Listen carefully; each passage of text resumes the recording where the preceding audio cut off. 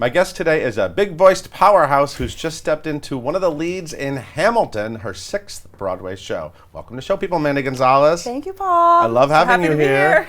Happy to be And here. you look gorgeous. Thank you. From the hair, the hair's always big, I love it. Always. To the shoes, top to bottom, it's all good. Thank you. How are you? I'm great. I feel like you must be having a good time in your life right now. Yes.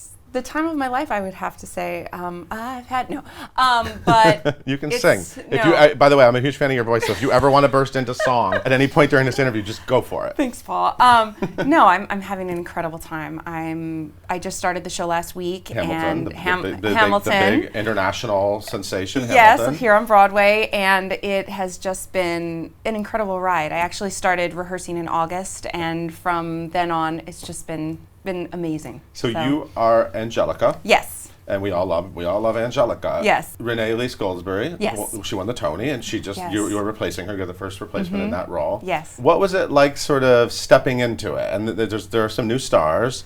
Yes. And it's sort of an exciting time for the show. It's very exciting. I mean, it's happening in Chicago, and it's going to happen in London, and the show's sort of like the going show to is another level. It is, and it's like nothing I've ever been in before. The magnitude of this show, but the wonderful thing about it is in August I got to work with the creatives when I first came into the show. So I worked with Tommy and you've known these people Andy forever because you were in the Heights. Yes, it's the same I was creative team. in the Heights. The amazing thing about Tommy is that he casts it so that it all works and it all fits. And I've just been having a blast, like working with Brandon and Hobby and everybody, Chris Jackson. I mean, who was your lover in the Heights? Yes, I remember my you two on the Benny. balcony. I remember the Yes, balcony teaching yes. him Spanish, the sexy Spanish lesson. yeah, we're doing that again, except now he's George Washington, and we have like a little dance together. And I have to say, the first time that I turned, because I turn and I look at him, and I was like my heart just,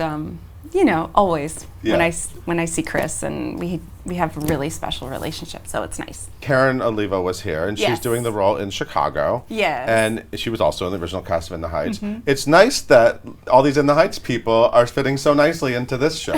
I love it. We I love fit in it. everywhere. I mean, I attribute that to Tommy and Lynn and Lack and Andy and everybody over there that. Alex Lackamore. Yeah, and Jeffrey Seller, and Yeah. there was something so special about In the Heights and the people that were in it. So it's wonderful to see everybody working. When this show was first coming together, Lynn did the Hamilton mixtape, Yes. right, at American Songbook. Yes. And you were a part of that. I And what did was. you do that night? I sang Say No to This. I got the call, and Lynn said, hey, I'm putting this show together for Lincoln Center. Would you come and sing, this song? And I said, yeah, of course. And I had just had my daughter at the time, and I think it was about a month after I had her, and I was like, of course. And I went and I bought a dress and that fit, and I went and I sang, and I heard not all of Hamilton because it wasn't done yet, but Right. But the first about 10 songs I think from Hamilton, and I was just like blown away.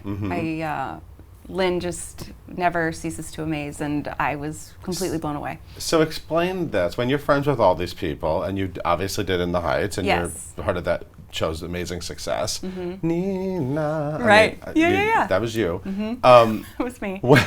At what point are you like, hey, I'd love to be in Hamilton, or did it ever come up at any point Well, in a yeah. casual conversation, like, oh, maybe you should be in this, or how does this work? How do you I don't think casually so. let your friends know that you'd be fabulous in that part? I think that it's one of those things that we have stayed in each other's lives throughout since In the Heights, and it's one of those things of, hey, if this ever comes up, look at me. Yeah. And I'm lucky to have those kind of friends that go, yeah, I believe in you, and here you go.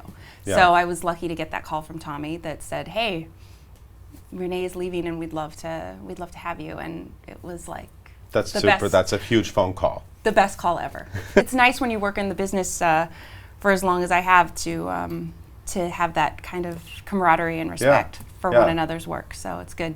You did In the Heights from the beginning. You did like a really early reading of it, right? Yes, I did. You were involved from the beginning. I think like 2004. Wow. Yeah. So I want you to explain the first meeting. Now that Lynn is an international sensation, and he's about to like take Hollywood by storm now. Oh, I mean, everything by storm. Yeah, I mean, his life has just taken off in an amazing way. Tell me about the first meeting of Lynn and what your first impression was of this guy. He obviously wrote this show. Yes. You were in it. He was in it. He wrote the show. My agent had called and said, there's this show, and it's written by Latinos, and they want Latinos to be in the show. Yeah. And so they asked if I would come in and play Nina. And I said, okay, that sounds cool. And I went, and I met them in the basement of the drama bookshop. Okay. I went and I met Alex Lacamoire, and we went over, I think, a couple songs with him and Lynn. And they, I had worked with Alex. I had done the workshop for Wicked. I was in the ensemble of that, and so he did that too. And so I had worked with Lac before, and then so we did this drama bookshop, and I thought, he just kind of wanted to see where my voice was, and so then that was like an hour meeting or something, and then we had our first rehearsal for the reading, and we all sat around a table, and Lynn said, I know nobody knows any of the songs, so I'm just going to sing all of them. And that's pretty much what happened. We started Lights up in Washington Heights, and it was like electric. And Lynn just has that, you've met him, he just has that quality where you automatically fall in love with him and think he's incredible and a genius. And so it was like, who is this? And I want to be part of this. Yeah, and you sing some of my favorite, like In the Height jump offs. Like, Oh, do you rock out to that album like I do? That Grammy-winning album. The Grammy-winning album. By the way, you should have a Grammy. I'm working on it. No, but we'll get to that. We'll get to that. But you should have a Grammy because now, if cast albums win Grammys, the principal vocalists get Grammys. Really? Yeah, I think you are actually probably Hello? owed. I feel like. I think so too. I think there's a lot. I don't Come know. on, Grammys. I think you Let's might work be it. able to say you're a Grammy winner. I'm just throwing it out there. Oh, let's put it out there, Paul. I like it. Like when you're home, can we talk about how much I rock out to that in the car? I rocked out to that so much even before we started to perform it because I had the rehearsal tapes, and when we first learned it, it was like magic. And then I love that song when Abuela, when we lose, we don't want to get into it. We don't want to, but then you're like, she saved everything, every scrap of paper. Yeah. One of my go-to cry songs. Yeah. When I just want to cry with you. That's what those are my moments. Yeah, and that was one of the last songs, in off-Broadway that he had written. Oh, okay, interesting. For Nina. Yeah. And it went in, I remember we were rehearsing, because you're rehearsing during the day and doing the shows at night, and he was like, look, I wrote this, it was during the workshop, and he said, I wrote this song, can we put it in tomorrow? And I said, yes. And so I crammed all night, and then the song happened, and it was like magic. Right. Yeah. But I actually knew you way before. Way before. Known each other a while. We go way back because we first met. Yes. You actually just reminded me. We met at the press event. Yes. For Dance of the Vampires. Yes. That Dance of the Broadway, Vampires. To me, it's a Broadway classic. Total. To classic. me, it's a total classic. One day. Very few shows rise to that level of drama and spectacle and all of it, ridiculousness. Yes. I think it's fair that I say that. And it's fair. you were playing who? She was that virgin girl, right? Yes.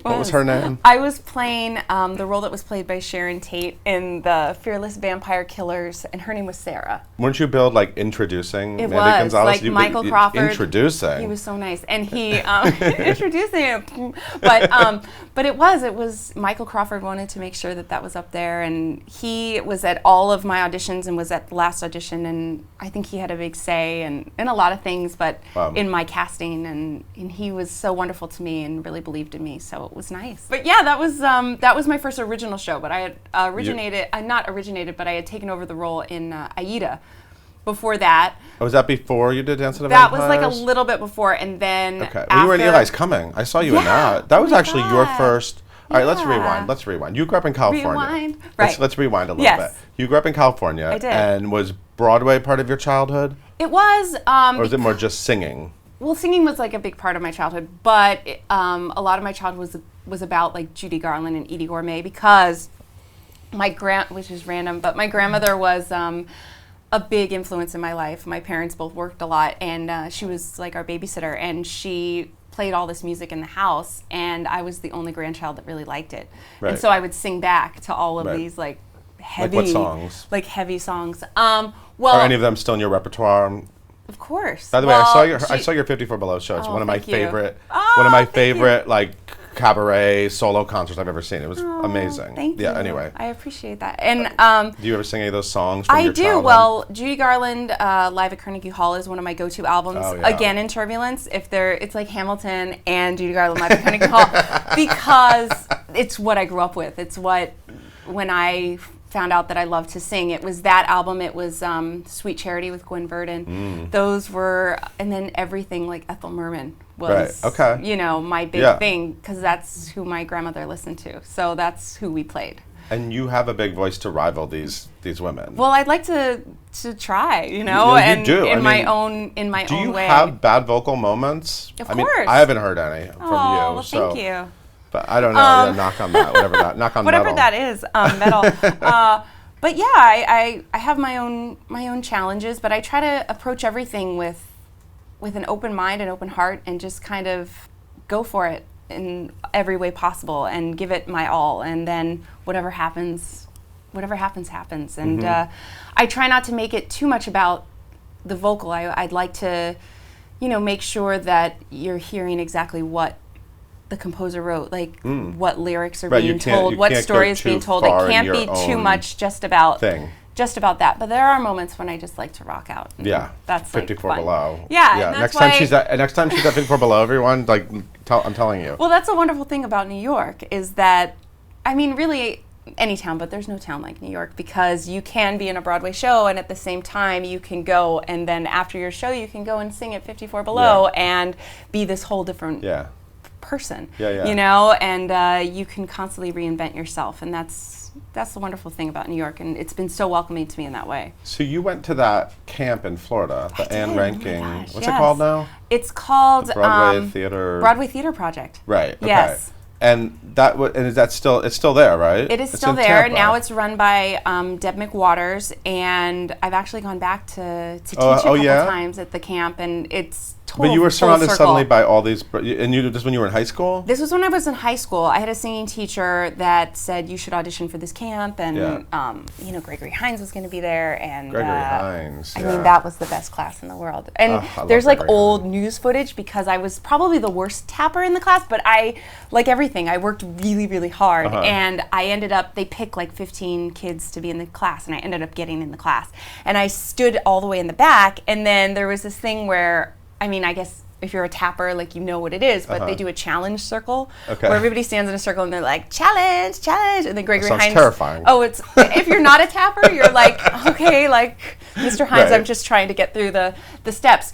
But, you know, everybody's in the circle and everybody's going to the center. And me being who I am, I was like, finally, I was the last one. And I was like, I'm not going to go through this and not go in the center. So there I am. Just ran into the center, and then everybody started shouting like, sing, sing, sing. And so I sang. You're like, do what you're good at. I know, Stop I know. tapping. Like, Sing. Stop tapping. But I sang Stormy Weather, like some random Oh my like God. acapella version, like There's bringing video it of back. this? There is, but I don't know where it is. But yeah, anyone because has there was it. like a news camera, like there was a Okay, whole there's like a thing, news and they crew. had like tracked me going, the girl that was in the back, like I must have looked like terrified. But then, you know, he gave me this big hug, and he, you know, he wrote on my program The Voice, and I was before The Voice happened. It changed my life, and it made me realize like the power of teaching, and how somebody that's so at this place where you want to be, how they can really change your life. So I really take that to heart, and I try to instill that with students that I work with. Gregory Hines was one of my favorite early interviews I did when he was in Jelly's Last Jam. Oh my gosh. I adore Oh, him. you're so Yeah, lucky. Yeah, You're such so a sweet lucky. man. So how did you end up on tour with Bette Midler? Oh my gosh. Because that was kind of a big break for you. That was. Well, Yeah. that brought me to New York. Yeah. And I left school. Right. Which was, you know, Yeah. Nina. Did you covered all the Harlettes? I did. That's what it was? I covered all the Harlettes, That's and then I had a insane. couple crosses with a chair in like a G-string, which I'm sure there's video of. I don't know where it is. So, right, because so my dad had to come and see that. They're very sexy shows. Very sexy And you shows. were like a young, hot girl in a G-string with a Pretty big voice. much. And then I sang, I'll never forget that that audition because Bette's a part of Was she there? everything. Oh, Bette's a part of everything, Okay. and the power of her and her brilliance.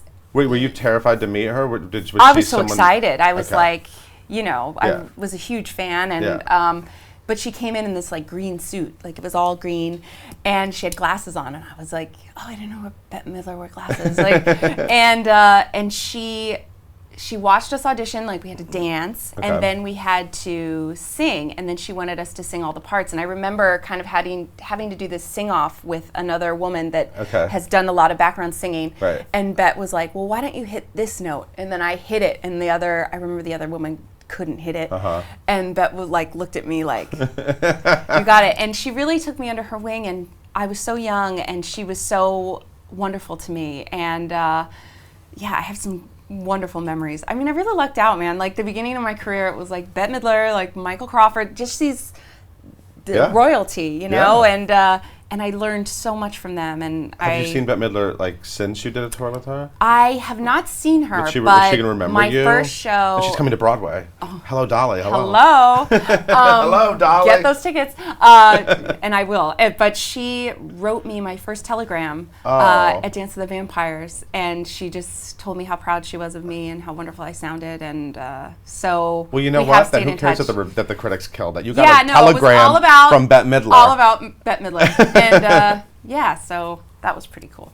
Wow, that's Yeah. awesome. And it sounded like it was like a nice tour because you like stayed at the Plaza. Oh, it was amazing. What? That's what I'm saying. Like I came to New York and we stayed at the Plaza for 2 weeks when you could Crazy. still stay at the Plaza. Yeah. So glamorous. Everywhere. And then I went back to California after it was done, and I was like, I want to go to New York. And I never stayed at the Plaza New York again. And live in the Plaza. Yeah, I wasn't like Eloise. I never stayed at the Plaza again, but it changed my life, and I moved here and I never went back. So your first New York apartment was not like the Plaza? No, it wasn't. It was in Williamsburg, which is like super hip now in Brooklyn, but at the time it was pretty seedy. But that was my first apartment, and Tell me about your hubby and your daughter. Tell me about your life outside of Oh my Broadway. gosh. Well, my husband. Because you have a full life outside of all I do. this. Well, you have to.